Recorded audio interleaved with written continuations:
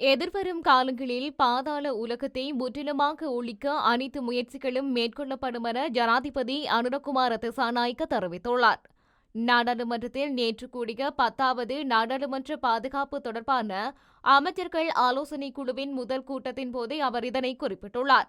அத்தோடு மக்களை பாதுகாப்பதற்காக இருக்கும் உத்தியோகபூர்வ நிறுவனங்களுள் உள்ள சில நபர்கள் வரை பாதாள உலகம் பரவியுள்ளதாக விசாரணைகள் மூலம் தெரியவந்துள்ளதாகவும் ஜனாதிபதி தெரிவித்துள்ளார்.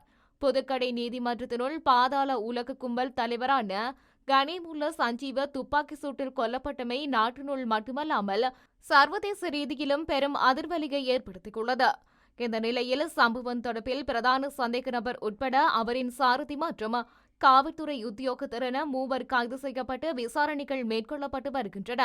இதேவேளை துப்பாக்கி சூட்டுக்கு உதவியதாக கூறப்படும் பெண் ஒருவரை கைது செய்வதற்காகவும் தீவிர விசாரணைகள் இடம்பெற்று வருவதோடு அதற்கு பொதுமக்களின் உதவியும் காவல்துறையினரால் நாடப்பட்டுள்ளது.